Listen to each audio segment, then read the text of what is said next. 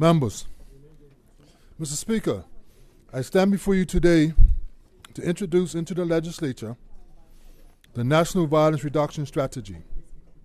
This strategy is the result of months of collaboration, reflection, and dialogue.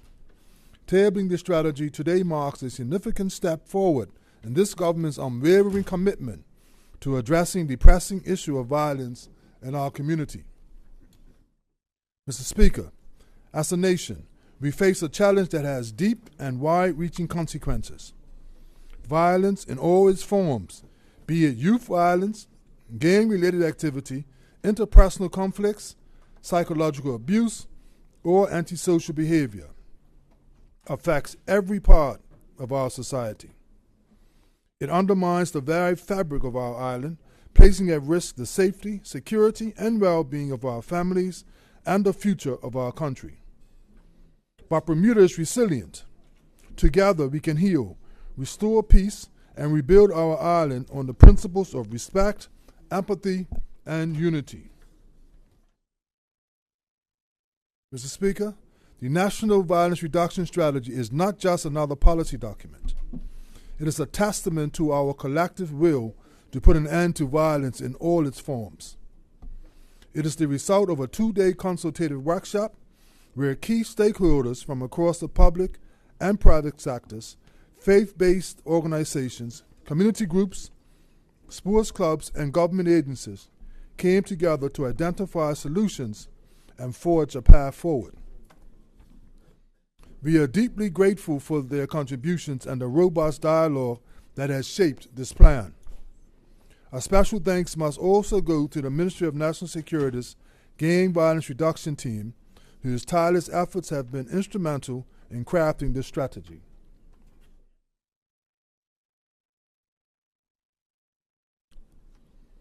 Mr. Speaker, this strategy is a call to action. It calls on all of us, government, community leaders, faith groups, families, individuals, and young people, to unite in our collective efforts to reduce violence and heal our island. Through collective efforts, we will realize the strategy's vision of a safe, empowered community where violence is reduced to its minimum. Through collaboration and innovation, we aim for trust, opportunity, and justice for all.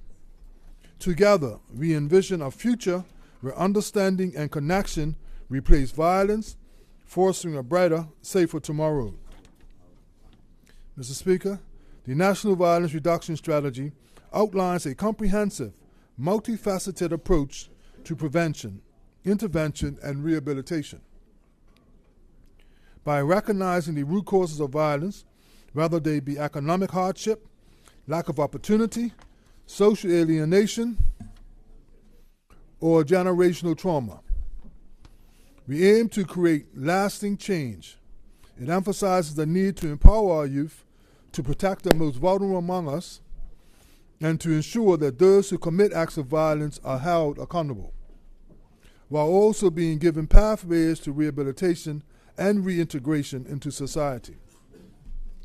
This strategy is about hope, healing, and the restoration of our communities. Mr. Speaker, a key component of this strategy is the focus on our youth, our future. We know that if we can change the mindset of our young people and offer them alternatives to violence, we can break the cycle and prevent future generations from facing the same challenges. We are committed to expanding programs that engage young people, promoting inclusion, mentorship, and positive role models. By doing so, we can create a generation that chooses peace, understanding, and respect. Additionally, as part of our commitment to youth empowerment, I am proud to highlight the reinstitution of the Bermuda Youth Counseling Services under the Department for National Drug Control. Originally launched in 2002, this service will now offer targeted counseling and case management for young people aged 10 to 18 who are at risk of substance misuse and violence. This program will help guide our youth through difficult challenges and provide them with the tools they need to build brighter, more hopeful futures. Mr. Speaker, the National Violence Reduction Strategy also includes important community-driven initiatives. We are expanding the Gang Violence Reduction Team's outreach program, which helps young people involved in or at risk of gang activity. This program will offer educational and vocational support, including financial assistance for GED programs, access to Bermuda College for those who meet the entry requirements, and expanded opportunities for apprenticeships, certifications, and overseas training. Mr. Speaker, the government also recognizes the profound emotional and psychological toll that violence takes on individuals and families. That is why we are expanding the community counseling program, which offers grief and trauma support to those impacted by violence. Whether it's a victim of a violent crime or a family affected by the loss of a loved one, this program provides a crucial service to help people heal. This strategy is a living document, one that will evolve as we continue to engage with our communities and assess the impact of our efforts. We are not just setting out a plan, we are building a movement, a shared vision for a safer Bermuda. The National Violence Reduction Strategy underscores our belief that through collaboration, education, and accountability, we can reduce violence, heal broken relationships, and restore peace to our island.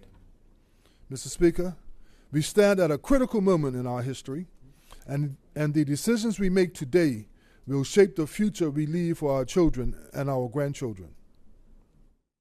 The National Violence Reduction Strategy is our commitment to a brighter, safer Bermuda where peace, respect, and understanding replace fear, division, and violence. I ask for the support of this Honorable House and the people of Bermuda as we embark on this journey together. Mr. Speaker, in closing, I am urging all honorable members and the people who call Bermuda home to familiarize themselves with the 8 strategic goals for the strategy and determine how they can join us in our mission to implement strategies that will reduce violence in Bermuda. Together, we can create the Bermuda we know is possible, a Bermuda that is united, resilient, and dedicated to healing. By working together, we will reduce violence and build a future filled with hope and opportunity for all. Thank you, Mr. Speaker.